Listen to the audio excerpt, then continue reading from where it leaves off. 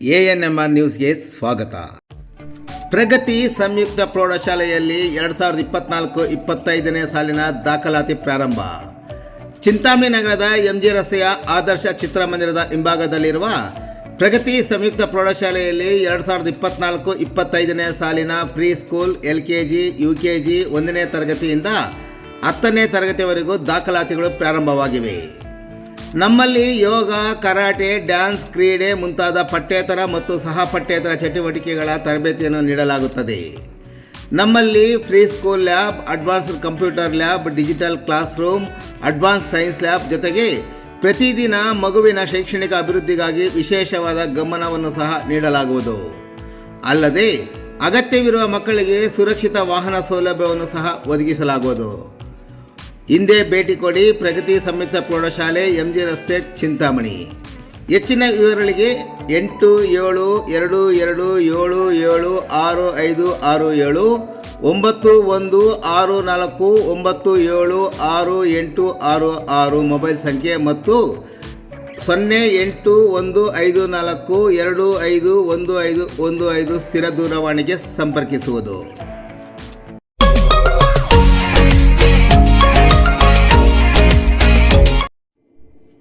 ಅಂಬೇಡ್ಕರ್ ಬರೆದ ಸಂವಿಧಾನ ಎಲ್ಲರ ಬಾಳಿಗೆ ಬೆಳಕಾಗಿದೆ. ನಿವೃತ್ತ ನ್ಯಾಯಮೂರ್ತಿ HN ನಾಗಮೋಹನ್ ದಾಸ್ ಅಭಿಮತ. ದೇಶದಲ್ಲಿ ಸಂವಿಧಾನ ಜಾರಿಗೆ ಬಂದ ನಂತರ ಅಸ್ಪೃಶ್ಯತೆ, ಅಸಮಾನತೆ, ಜಾತೀಯತೆ ತೊಲಗಿದ್ದಲ್ಲದೆ ವಂಶ ಪಾರಂಪರ್ಯ ಕೆಲಸಗಳನ್ನು ಬದಿಗೊತ್ತಿದಂತಾಗಿ ನಮ್ಮ ಬಾಳಿಗೆ ಸಂವಿಧಾನ ಬೆಳಕಾಗಿ ಎಲ್ಲ ಜಾತಿಯ ಜನ, ವೈದ್ಯರು, ನ್ಯಾಯಾಧೀಶರು, ಇಂಜಿನಿಯರ್, ಪೊಲೀಸ್, ವಕೀಲರು ಸೇರಿದಂತೆ ಎಲ್ಲ ಕ್ಷೇತ್ರಗಳಲ್ಲಿ ನ್ಯಾಯ ಸಿಕ್ಕಿದೆ ಎಂದು ಕರ್ನಾಟಕದ ಹೈಕೋರ್ಟ್ನ ನಿವೃತ್ತ ನ್ಯಾಯಮೂರ್ತಿಗಳಾದ HN ನಾಗಮೋಹನ್ ದಾಸ್ ಅವರು ಹೇಳಿದರು.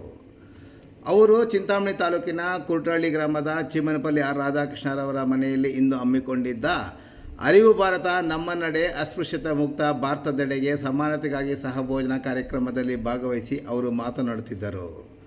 ಸಂವಿಧಾನ ಅಂಬೇಡ್ಕರ್ ಬರೆದಿದ್ದರಿಂದ ಅನುಕೂಲವಾಗಿದೆ. ಜಾತಿ ವ್ಯವಸ್ಥೆಯಲ್ಲಿ ನಾನು ರೈತನ ಮಗನಾಗಿದ್ದೆ, ಆದರೆ ನಾನು ರೈತನಾಗಬೇಕಾಗಿತ್ತು. ಆದರೆ ನಾನು ವಕೀಲನಾಗಿ ಜಡ್ಜ್ ಆಗಿದ್ದೇನೆ ಎಂದು ಸಂವಿಧಾನದಿಂದಲೇ ಇದೆಲ್ಲ ಆಗಿದೆ ಎಂದು ವಿವರಿಸಿದರು. ಇನ್ನು ನಮ್ಮ ತಾತ ಮುತ್ತಾತ ಜಮೀನು ಉಳುಮೆ ಮಾಡಿದರು, ನಾನು ಉಳುಮೆ ಮಾಡಿದ್ದೇನೆ. ಅಂತಹ ಉಳುಮೆ ಮಾಡುವ ರೈತರು ಇಂದು ಬೆಂಗಳೂರು ಮತ್ತಿತರ ಜಾಗದಲ್ಲಿ ರೈತ ಜಮೀನು ಮಾರಾಟ ಮಾಡಿದ್ದು ರೈತರ ಕೈಗೆ ಲಕ್ಷಾಂತರ ರು ಬಂತು. ಆದರೆ ರೈತರು 100 ರೂಗಳನ್ನು 200 ರೂಗಳು ಮಾಡುವುದು ಗೊತ್ತಿಲ್ಲ. ಬಂದಂತಹ ದುಡ್ಡು ಇಟ್ಟುಕೊಳ್ಳುವುದು ಗೊತ್ತಿಲ್ಲ. ವಾಹನ, ಒಡವೆ ಮತ್ತಿತರ ಖರೀದಿ ಮಾಡಿ ಮಜಾ ಮಾಡಿ ಮತ್ತೆ ಬೀದಿಗೆ ಬರುತ್ತಾರೆ ಎಂದು ವಿವರಿಸಿದರು. ಆದರೆ ವ್ಯಾಪಾರಿ ನಡೆಸುವ ಓರ್ವ ವೈಶ್ಯನ ಕೈಗೆ 100 ರು ಕೊಟ್ಟರೆ ಆತ 200 ರು ಮಾಡ್ತಾರೆ, ಅದನ್ನು 400 ರು ಸಹ ಮಾಡುತ್ತಾರೆ ಎಂದು ವಿವರಿಸಿದರು.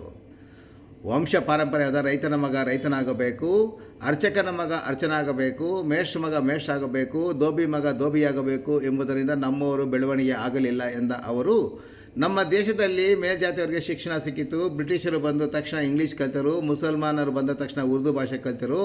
ಅಸ್ಪೃಶ್ಯರಿಗೆ ಶಿಕ್ಷಣವೇ ಇಲ್ಲ, ಹೆಬ್ಬಟ್ಟು ಹಾಕಿಕೊಂಡು ಬದುಕು ಸಾಗಿಸಿದ್ದಾರೆ ಎಂದರು. ಜಾತಿ ವ್ಯವಸ್ಥೆ, ಜಾತಿ ಅಸಮಾನತೆ, ಅಸ್ಪೃಶ್ಯತೆ ದೊಡ್ಡ ಪೆಟ್ಟು ಇವತ್ತಿಗೂ ಯಾರೂ ಅರ್ಥ ಮಾಡಿಕೊಂಡಿಲ್ಲ. ಆದರೆ ಅಂಬೇಡ್ಕರ್ ಅನುಭವಿಸಿದ್ದಲ್ಲದೆ ಅನುಭವದ ಮೇಲೆ ಸಂವಿಧಾನ ರಚನೆ ಮಾಡಿ ಅಸ್ಪೃಶ್ಯತೆಯ ನಿವಾರಣೆಗೆ ಮುಂದಾಗಿದ್ದಲ್ಲದೆ ಅದಕ್ಕೆ ಶಿಕ್ಷೆ ಸಹ ಜಾರಿ ಮಾಡಿದರು.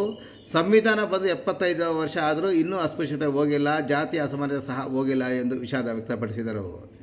ಇನ್ನು ಸಮಾರಂಭದ ಅಧ್ಯಕ್ಷತೆಯನ್ನು ಜಿಲ್ಲಾ ಶಾಶ್ವತ ನೀರಾವರಿ ಹೋರಾಟ ಸಮಿತಿ ಅಧ್ಯಕ್ಷತೆ ವಹಿಸಿದ್ದ ಆಂಜನೇಯ ರೆಡ್ಡಿ ಸಹ ಮಾತನಾಡಿದರು. ಕಾರ್ಯಕ್ರಮದಲ್ಲಿ ಭಾರತ ತಂಡದವರು ಪ್ರಗತಿಪರ ರೈತ ಕುಟ್ರಳ್ಳಿ ಚೀಮನಹಳ್ಳಿ ರಾಧಾಕೃಷ್ಣ ಮತ್ತು GV ರತ್ನಮ್ಮ ದಂಪತಿಗೆ ಗ್ರಾಮ ರತ್ನ ಪ್ರಶಸ್ತಿ ನೀಡಿ ಆತ್ಮೀಯವಾಗಿ ಸನ್ಮಾನಿಸಿ ಗೌರವಿಸಲಾಯಿತು. ನಂತರ ಅವರ ನಿವಾಸಕ್ಕೆ ಇಂದು ಅಸ್ಪೃಶ್ಯತೆ ಮುಕ್ತ ಮನೆ ಎಂದು ನಾಮಫಲಕವನ್ನು ಸಹ ಅಂಟಿಸಲಾಯಿತು. ಇನ್ನು ಕಾರ್ಯಕ್ರಮದಲ್ಲಿ ಕರ್ನಾಟಕದ ಜಾನಪದ ಅಕಾಡೆಮಿ ಅಧ್ಯಕ್ಷರಾದ ಗೊಲ್ಲಳ್ಳಿ ಶಿವಪ್ರಸಾದ್, ಕೋಲಾರದ T ವಿಜಯಕುಮಾರ್, ಭೀಮಸೇನೆ ರಾಜ್ಯಾಧ್ಯಕ್ಷ ಪಂಡಿತ್ ಮುನಿವೆಂಕಟಪ್ಪ, ಜನಪ್ರಕಾಶನ ಪ್ರಕಾಶಕರಾದ ರಾಜಶೇಖರ್, ಸಮತಾ ಸೈನಿಕ ದಳದ ಶಿಡ್ಲಘಟ್ಟದ R ರಾಮಣ್ಣ, ಕೃಷಿ ವಿಜ್ಞಾನ ಕೇಂದ್ರ ಮುಖ್ಯಸ್ಥ ಡಾಕ್ಟರ್ ಪಾಪಿರೆಡ್ಡಿ, ರೈತ ಸಂಘದ ರಾಜ್ಯ ಕಾರ್ಯಾಧ್ಯಕ್ಷರಾದ ಬಿಳಿ ಶಿವಪ್ಪ, ಜಾನಪದ ಕಲಾವಿದ ಮುನಿರೆಡ್ಡಿ, ಕೋಲಾರದ ನಿವೃತ್ತ ಮುಖ್ಯೋಪಾಧ್ಯಾಯರಾದ ರಂಜಾಮತಿ, ಪ್ರಗತಿಪರ ರೈತರಾದ ನಾಗನಾಳ ಮಂಜುನಾಥ್, ಕೋಲಾರದ ಕೃಷ್ಣ ರೋಣೂರ್, ರೈತ ಸಂಘದ K ಆನಂದಕುಮಾರ್, ಹಾಡುಗಾರ್ತಿ ಕೊಂಡರಾಜನಹಳ್ಳಿ ಮಂಜುಳಾ, CD ಶಿವಕುಮಾರ್ ಸೇರಿದಂತೆ ಮತ್ತಿತರರು ಕಾರ್ಯಕ್ರಮದಲ್ಲಿ ಉಪಸ್ಥಿತರಿದ್ದರು. ಪುರಸ್ಕಾರಕ್ಕೆ ಆಯ್ಕೆಯಾಗಿದ್ದಾರೆ ನಮ್ಮ ರಾಧಾಕೃಷ್ಣ ಸರ್ ಅವರು ಮತ್ತು ಅವರ ಶ್ರೀಮತಿಯವರು ಬಹಳ ಸಂತೋಷದಿಂದ ಹೆಮ್ಮೆಯಿಂದ ಅದು ಇಂಥ ಹಿರಿಯರು ನಮ್ಮ ಜಸ್ಟಿಸ್ ನಾಗಮೋಹನ್ ದಾಸ್ ಸರ್ ಅವರು ನಮ್ಮ ಇಡೀ ಅರಿವು ಭಾರತ ತಂಡ ನಮ್ಮ ಬದಲಿ ಶಿವಪ್ರಸಾದ್ ಸರ್ ಅವರ ಕಡೆಯಿಂದ ನಮ್ಮೆಲ್ಲರ ಕಡೆಯಿಂದ ಪ್ರೀತಿಯಿಂದ ಒಂದು ಚಪ್ಪಾಳಿ ಅಭಿನಂದನೆಗಳನ್ನು ಅವರಿಗೆ ಸಲ್ಲಿಸಲ್ಲ. ಮಾರ್ಗದರ್ಶಕ ಆಗಬೇಕು ಸರ್. ಇನ್ನೊಂದಷ್ಟು ಜನಕ್ಕೆ ನೀವು ಇಲ್ಲೇ ಬೆಳೆದು ಕಳೆದಿದ್ದು ನನ್ನ ಎರಡನೇ ತಾಯಿ ಅಂದರೆ ತಪ್ಪಾಗಲಾರದು. ಇವರು ಅವಿಭಕ್ತ ಕುಟುಂಬ. ಇವರು ಆಗಿನ ಕಾಲಕ್ಕೆ ಈ ಊರಿಗೆ ಯಾರೇ ಕೂಲಿಗೆ ಹುಡ್ಕೊಂಡ್ಬರ್ಲಿ, ಈ ಚಿವನಪಲ್ಲಿ ರಾಮಪ್ಪನವ್ರ ಮನೆಗೆ ಹೋಗ್ರಿ ಅಂತ ಈ ಊರಿನವರೆಲ್ಲ ಅವ್ರ ಮನೆಗೆ ಕಳಿಸ್ತಾ ಇದ್ರು. ಎಂಥ ಸಮಯದಲ್ಲಿ ಹೋದ್ರು ಕೂಡ ಅವರು ಯಾರನ್ನೂ ಕೂಡ ನಿರ್ಲಕ್ಷ್ಯ ಮಾಡ್ತಾ ಇರಲಿಲ್ಲ. ಅವ್ರಿಗೆ ಹೊಟ್ಟೆ ತುಂಬ ಊಟ ಹಾಕಿ ಕೆಲಸ ಕೊಡ್ತಾ ಇದ್ರು. ಇಲ್ಲ ಇದ್ರೆ ಅವ್ರನ್ನ ಪ್ರೀತಿಯಿಂದ ಬೀಳ್ಕೊಡ್ತಾ ಇದ್ರು.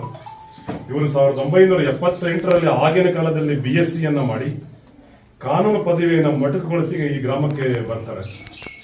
ಈ ಗ್ರಾಮಕ್ಕೆ ಬಂದಂತ ಸಂದರ್ಭದಲ್ಲಿ ನನ್ನ ಬಾಲ್ಯದ ದಿನಗಳನ್ನು ನಾನು ಈಗಲೂ ಕೂಡ ನೆನಪಿಸ್ಕೊಳ್ತೇನೆ. ಇವರು ಮನೆಯಲ್ಲಿ ಇರ್ತಾ ಇದ್ದಿದ್ದೆಲ್ಲ ಅಸ್ಪೃಶ್ಯ ಜನಾಂಗದವ್ರೆ. ಇಲ್ಲಿದೆ ಅದು ದೊಡ್ಡ ಮನೆ, ಈಗಲೂ ನೆನಪಿದೆ. ಆಗ ಮಳೆಗಾಲದಲ್ಲಿ ಕಳ್ಳೆಕಾಯಿ ಗಿಡಗಳನ್ನೆಲ್ಲ ಇಲ್ಲಿ ಮನೆಯಲ್ಲಾಗ್ತಾ ಇದ್ರು. ಇಲ್ಲಿ ಮುನೆಕ್ಲು ಅಂತ ಒಬ್ಬ ಒಲಿಯರು ಸಮಾಜಕ್ಕೆ ಸೇರತಕ್ಕಂಥ ಈ ಹುಡುಗ ಇದ್ದಾನೆ. ಈ ಹುಡುಗ ಇಲ್ಲೇ ಬಾಲದ ದಿನಗಳನ್ನು ಕಳೆದಿದ್ದು. ನಮ್ಮ ಮಾವ ಅವರು ಈ ಹರಿಜನರು ಬಂದಾಗ ಈ ಸೆನಕೆಯಲ್ಲಿ ಇಳಿಸಿಕೊಡ್ರ ಅಂತ ಮನೆಯೊಳಗೆ ಕಳಿಸ್ಬಿಡ್ತಾ ಇದ್ರು. ನಮ್ಮ ದೊಡ್ಡತ್ತ ಇದ್ರು ಸೀತಮ್ಮ ಅಂತ. ಇವ್ರಿಗೆ ನಮ್ಮ ಮಾಮ ಅವರು ಚೆಂಬು ಲೋಟ ಎಲ್ಲ ಮುಟ್ಕೊಳಕ್ ಕೊಟ್ಬಿಡ್ತಾ ಇದ್ರು. ನಮ್ಮ ಅತ್ತೆಯವರು ಬೈಕೊಳ್ಳೋದು ಇವ್ರು ನಾವು ಹೋದ್ಮೇಲೆ, ಈಡವರು ಬೆಂಗಳೂರಿನಿಂದ ವಚ್ಚಿಸಿ ಮಾಲ್ವಳಿಕೆ ಮಾತುಗಳಿಗೆ ಅಂತ ತಟ್ಲು ಸೆಂಬಲಿಸ್ತಾ ಬೈಕೊಳ್ಳೋದ ಎಮ್ಮ ಹುಣಸೆ ಹಣ್ಣು ಹಾಕಿ ಪಳಪಳ್ಳ ಅನ್ನೋವರೆಗೂ ಅದನ್ನ ತೊಳೆಯೋದು ನಮ್ಮ ಅತ್ತೆಯವರು. ನಮ್ಮ ಮಾವರ ಉದ್ದೇಶ ಏನು, ಇದನ್ನ ಹೋಗ್ಲಾಡಿಸ್ಬೇಕು. ಅವರು ಒಬ್ಬ 78ರಲ್ಲಿ BSc ಪದವಿ ಪಡೆದು ಕಾನೂನು ಪದವಿ ಮಾಡಕ್ಕೆ ಹೋಗಿದ್ದಾರೆ ಅಂತೇಳಿ. ಆಗಿನ ಕಾಲದಿಂದ ಇನ್ನೊಂದು ವಿಶೇಷ ಏನಂದ್ರೆ, ನನಗೆ ಎರಡನೇ ಮಾವ ಇದ್ದಾರೆ, ನನ್ನ ಹೆಣ್ಣು ಕೊಟ್ಟಿರೋ ಮಾವ. ಇದೇ ಊರಲ್ಲಿ ಮಾದಿ ಸಮಾಜದ ಗೌರಮ್ಮ ಅಂತ ಇದ್ದಾರೆ.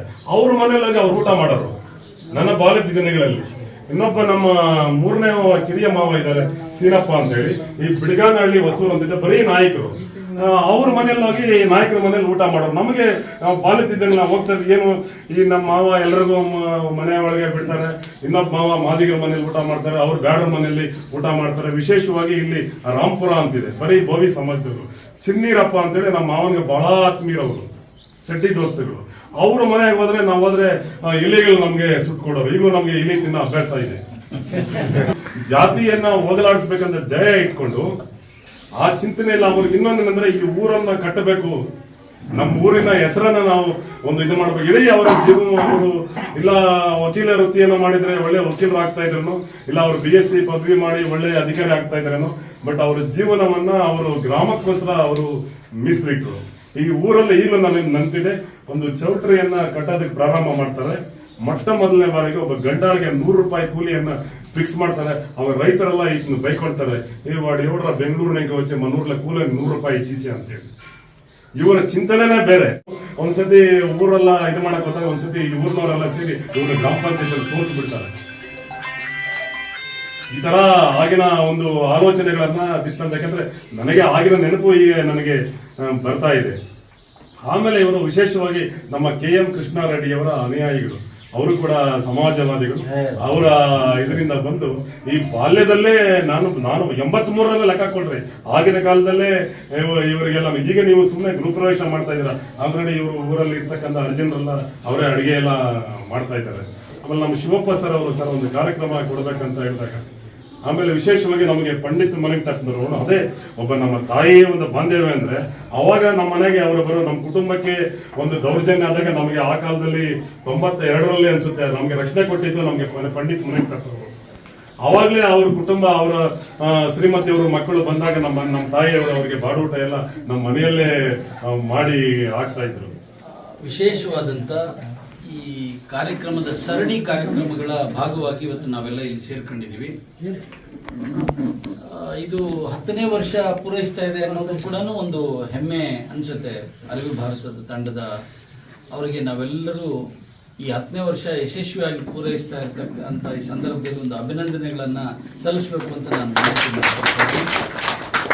ಈ ಒಂದು ಕಾರ್ಯಕ್ರಮದಲ್ಲಿ ನಮ್ಮನ್ನೆಲ್ಲ ಕುರಿತು ಮಾತನಾಡಲಿಕ್ಕೆ, ಮಾರ್ಗದರ್ಶನ ಮಾಡಲಿಕ್ಕೆ ಮೊದಲಿಂದನೂ ಬರ್ತಾ ಇರ್ತಕ್ಕಂಥ ಅಥವಾ ಇವತ್ತಿನ ಕಾರ್ಯಕ್ರಮಕ್ಕೆ ವಿಶೇಷವಾಗಿ ಬಂದಿರತಕ್ಕಂಥ ನಮ್ಮ ಹೆಮ್ಮೆಯ ನ್ಯಾಯಮೂರ್ತಿಗಳು, ಈ ರೀತಿ ರೀತಿಯಾದಂಥ ಎಲ್ಲ ಪ್ರಗತಿಪರವಾದಂಥ ಯಾವುದೇ ಒಂದು ವಿಚಾರಕ್ಕೆ ನಾನು ನಿಮ್ಮ ಜೊತೆ ಇರ್ತೀನಿ ಅಂತ ಹೇಳಿ ಬೆನ್ತಟ್ಟಿ ಇವತ್ತು ಎಲ್ಲ ರೈತ ಪರವಾದಂಥ ಚಳುವಳಿಗಳಿರ್ಬೋದು, ದಲಿತ ಪರವಾದಂಥ ಚಳುವಳಿಗಳಿರ್ಬೋದು, ಕಾರ್ಮಿಕ ಪರವಾದಂಥ ಚಳುವಳಿಗಳಿರ್ಬೋದು, ಅಥವಾ ಮಹಿಳಾ ಹಕ್ಕುಗಳಿರ್ಬೋದು, ಇವ ಎಲ್ಲದರ ಜೊತೆನೂ ನಾನು ಇರ್ತೀನಿ ಅಂತ ನಿಲ್ಲುವಂಥ ನಮ್ಮ ಹಿರಿಯರು ಪೂಜ್ಯರು ಆದಂಥ ಎಚ್ ಎನ್ ನಾಗಮೋಹನ್ ದಾಸ್ ಸಾಹೇಬ್ರೆ, ಮತ್ತು ಈ ಕಾರ್ಯಕ್ರಮದ ಕೇಂದ್ರ ಬಿಂದುಗಳಾದಂಥ ನಮ್ಮ ರಾಧಾಕೃಷ್ಣ ಸರ್ ಅವರಿಗೆ ಈಗಾಗಲೇ ಗ್ರಾಮ ರತ್ನ ಪುರಸ್ಕಾರವನ್ನು ಕೊಟ್ಟು ಗೌರವಿಸಿದ್ವಿ.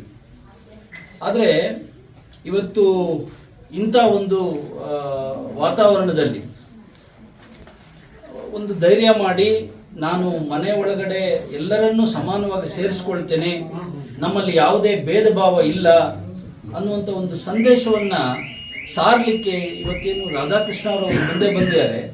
ಇವತ್ತು ನಮ್ಮ ಇಡೀ ರಾಜ್ಯದ ಉದ್ದಗಲಕ್ಕೆ ಇವತ್ತು ಅರಿವು ಶಿವಪ್ಪನವರು ಅವರ ತಂಡ ಏನು ಓಡಾಡ್ತಿದೆ ಅಲ್ಲಿ ಸ್ವಲ್ಪ ಬಹಳ ಸೂಕ್ಷ್ಮವಾಗಿ ಹೇಳಿದ್ರು ನಮ್ಮ ಗೊಲ್ಲಳ್ಳಿ ಶಿವಪ್ರಸಾದ್ ಅವರು, ಯಾರು ಆಚರಣೆ ಮಾಡ್ತಿದ್ದೀವಿ ಅವರು ಮುಂದೆ ಬಂದಾಗ ಇದಕ್ಕೆ ಇನ್ನಷ್ಟು ಯಶಸ್ಸು ಸಿಗ್ತದೆ, ಅವರು ತಮ್ಮ ಮನಸ್ಸುಗಳನ್ನು ಇನ್ನೂ ವಿಶಾಲವಾಗಿ ಇಟ್ಕೋಬೇಕು, ತೆರೆದುಕೊಳ್ಬೇಕು ಇಂಥ ಒಂದು ಕಾರ್ಯಕ್ರಮಗಳಿಗೆ ಅನ್ನುವಂಥ ಮಾತನ್ನು ಏನು ಹೇಳಿದ್ರು ಅದು ನಿಜವಾಗ್ಲೂ ಇವತ್ತು ಆಗಬೇಕಾಗಿರ್ತಕ್ಕಂಥ ವಿಚಾರ. ಇವತ್ತು ರಾಧಾಕೃಷ್ಣರವರು ಇಂಥ ಒಂದು ಕಾರ್ಯಕ್ರಮಕ್ಕೆ ಒಂದು ಮುನ್ನುಡಿಯನ್ನು ಬರೆದಿದ್ದಾರೆ ಅಂದರೆ ಅವರ ನಿಜವಾಗ್ಲೂ ರಾಧಾಕೃಷ್ಣರವರು ಬಗ್ಗೆ ಮಂಜುನಾಥ್ ಅವರು ಹೇಳಿದಾಗ ಬಹಳಷ್ಟು ಅವ್ರಿಗೆ ಲೋಕಜ್ಞಾನ ಲೌಕಿಕ ಎಲ್ಲ ಗೊತ್ತಿರೋದ್ರಿಂದ ಅವ್ರು ಮಾಡ್ತಿದ್ದಾರೆ ಅಂತ ನಾವು ಬಯಸ್ಬೋದು ಅಥವಾ ನಿರೀಕ್ಷೆ ಮಾಡ್ಬೋದು.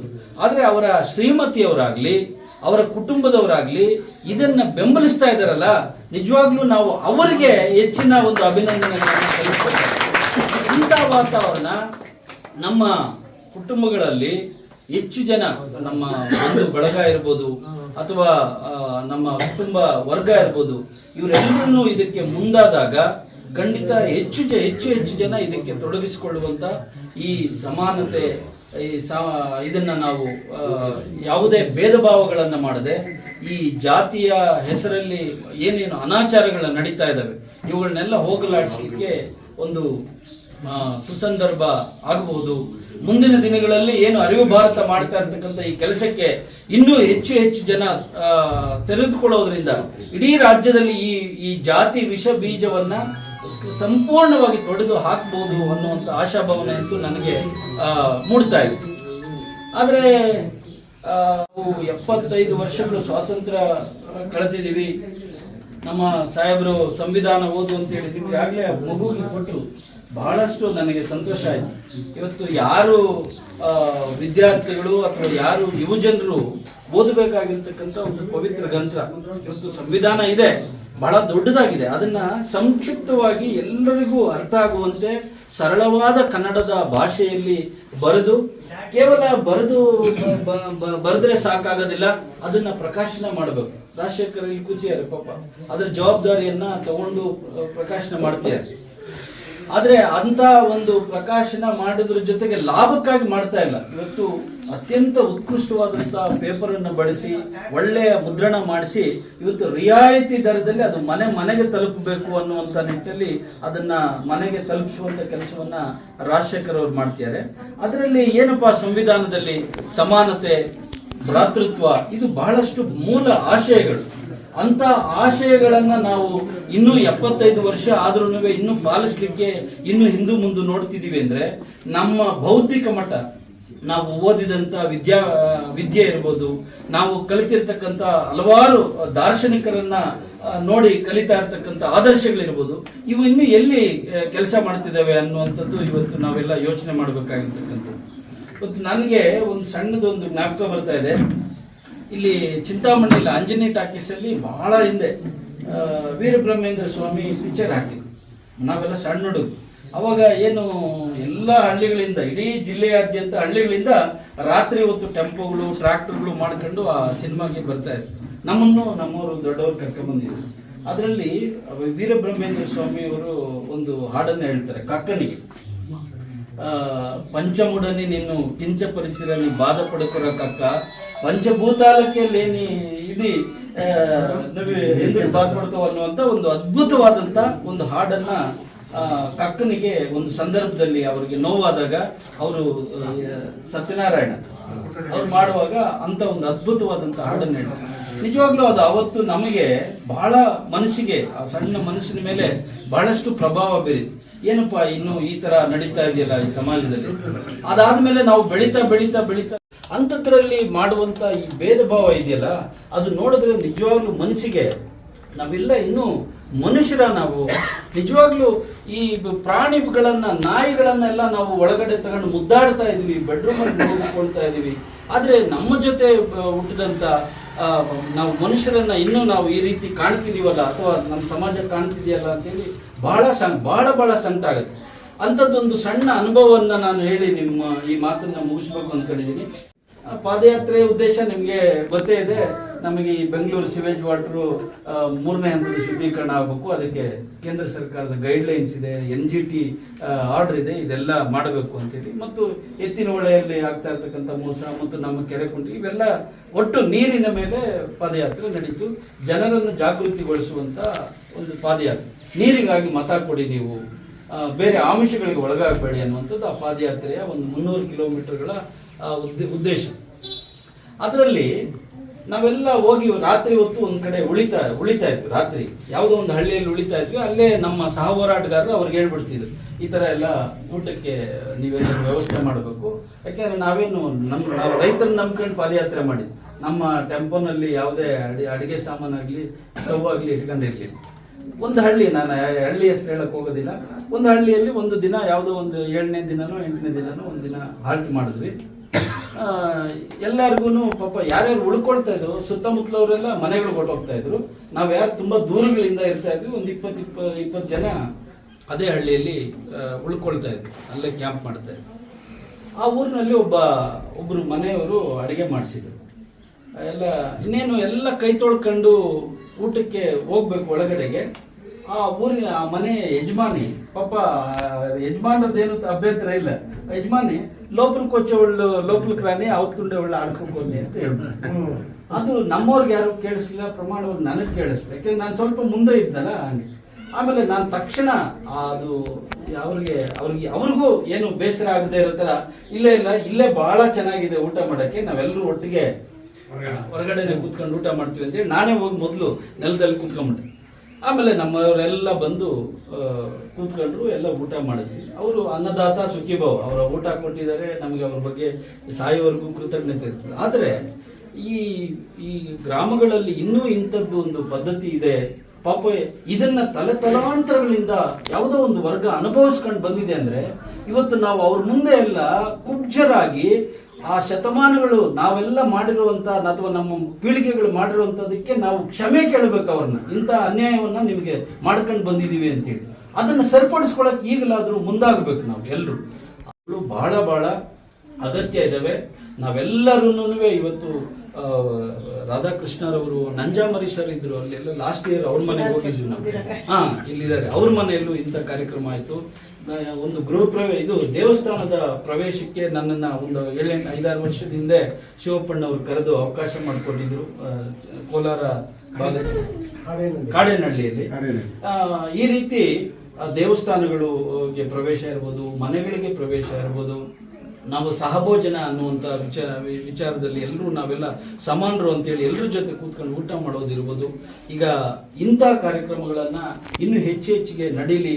ನಾವೆಲ್ಲರೂ ಇವತ್ತು ನಾವೇನು ಇಲ್ಲಿ ಸೇರಿದ್ದೀವಿ, ಕೆಲವೇ ಜನ, ನಾವು ಮೊದಲು ಅದನ್ನ ಅಳವಡಿಸ್ಕೊಳ್ಳುವಂಥದ್ರ ಕಡೆಗೆ ನಾವು ಗಮನ ಕೊಡೋಣ ಮತ್ತು ಬೇರೆಯವರಿಗೆ ಪ್ರೇರೇಪಣೆ ಕೊಡೋಣ ಅನ್ನುವಂಥ ಮಾತನ್ನು ಹೇಳ್ತಾ, ನನ್ನ ಜಾತಿಗೊಂದು ಕಸು, ನಾನು ಜಾತಿ ಬದಲಾಯಿಸ್ಕೊಡೋಂಗಿಲ್ಲ, ಕಸು ಬದಲಾಯಿಸ್, ಅಂತರ್ಜಾತಿ ಮದುವೆ ಮಾಡ್ಕೊಳ್ಳೋ, ಎಲ್ಲರೂ ಕೂತು ಪಂಕ್ತಿ ಭೋಜನ ಮಾಡೋಣ,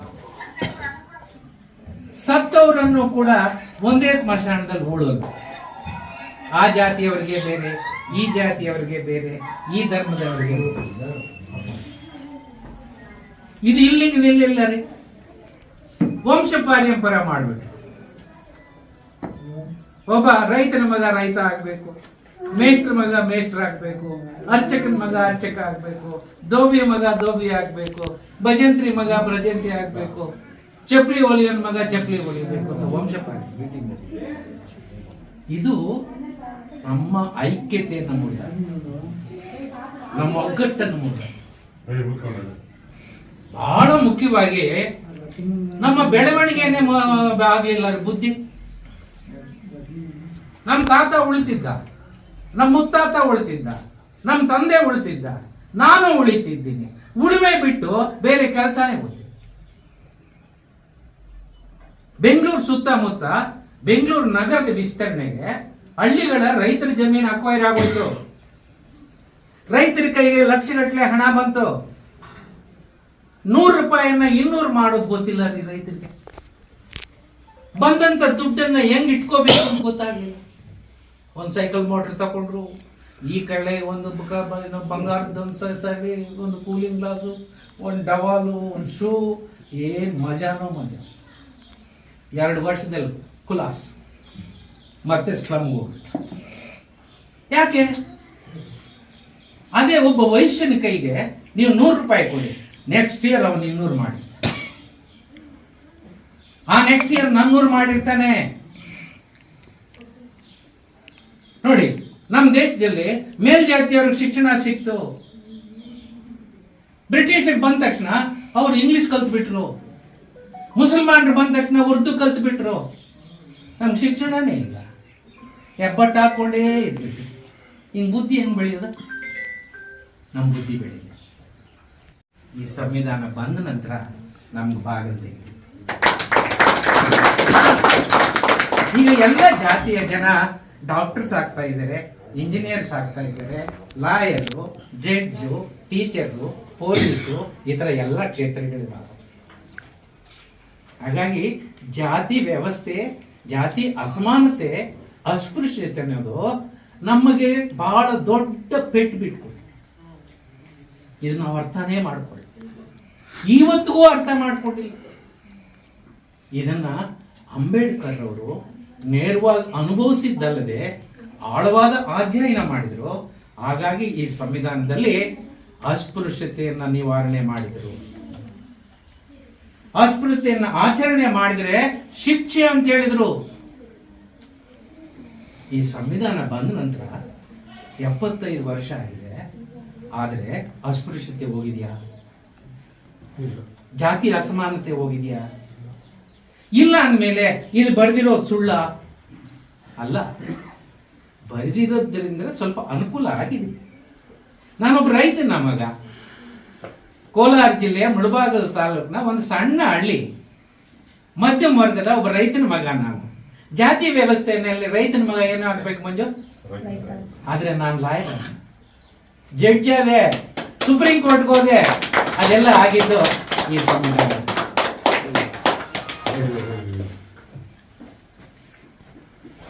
ಬುಡಕಟ್ಟು ಜನಾಂಗ, ಶೆಡ್ಯೂಲ್ ಟ್ರೈಬ್ ಅಂತ ಕರಿತೀವಲ್ಲ, ಅವ್ರ ಕಟ್ಟೆ ಕಡಿಯಲ್ಲಿ ಅವರು ಏನಾಗ್ಬೇಕು? ಒಬ್ಬ ಬುಡಕಟ್ಟು ಮಗಳು ಏನಾಗ್ಬೇಕು? ಕಡೆಯಲ್ಲಿ ಇರ್ಬೇಕಲ್ಲ. ಇವತ್ತು ಈ ದೇಶದ ಮೊದಲನೇ ಪ್ರಜೆ ಯಾರು? ರಾಷ್ಟ್ರಾಧ್ಯಕ್ಷರು ಯಾರು? ರಾಷ್ಟ್ರಪತಿಗಳು. ಒಂದು ಬುಡಕಟ್ಟು ಮಹಿಳೆಯರೇ ಅದು ಸಾಧ್ಯ ಆಗಿದ್ರೆ ಯಾರು ಕಾರಣ?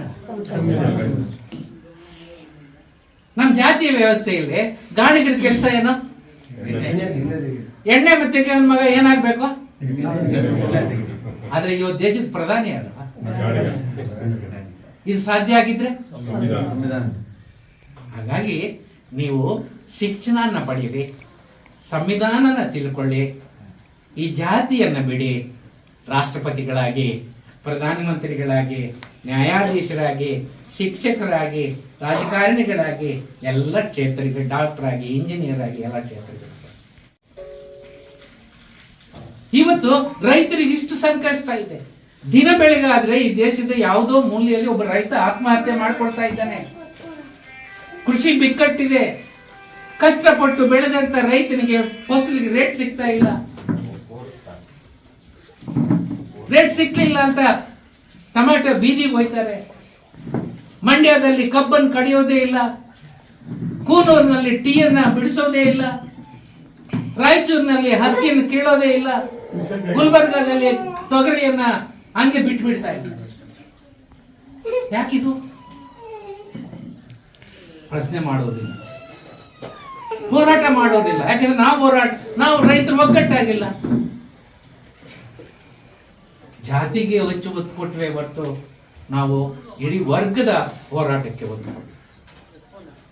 ಹಾಗಾಗಿ ನಮ್ಮಲ್ಲಿ ಜಾತಿ ಹೋಗ, ಈ ಜಾತಿ ಹೋಗಬೇಕು ಅಂತ ಸಂವಿಧಾನದಲ್ಲಿ ಇತರೆ ಕಾನೂನುಗಳಲ್ಲಿ ಹಲವಾರು ಅಂಶಗಳನ್ನು ತಂದಿದ್ದಾರೆ. ಆದರೆ ನನ್ನ ಅಭಿಪ್ರಾಯದಲ್ಲಿ ಜಾತಿ ಕಾನೂನಿನ ಹೋರಾಟ ಮುಂದೆ ಸಾಗಿ. ಅದಕ್ಕೆ ತೆಲುಗುನಲ್ಲಿ ಹೇಳ್ತಾರೆ, ಪ್ರೇಮతో గెలవాలి యుద్ధం ఏమిటంటే ఆయుధాలతో కాదు, ప్రేమతో గెలాలి ఈ అస్పృశ్యత విరుద్ధ పోరాటం. ఆ ప్రేమ యుద్ధమే అరివు శివప్ప వాళ్ళు స్నేహితులంతా మిమ్మల్ని ఒప్పించి, మిమ్మల్ని కన్విన్స్ చేసి, మీ ఇంట్లో ఒక పూట భోజనం పెట్టయ్యా, 2 మెతుకులు పెట్టయ్యా.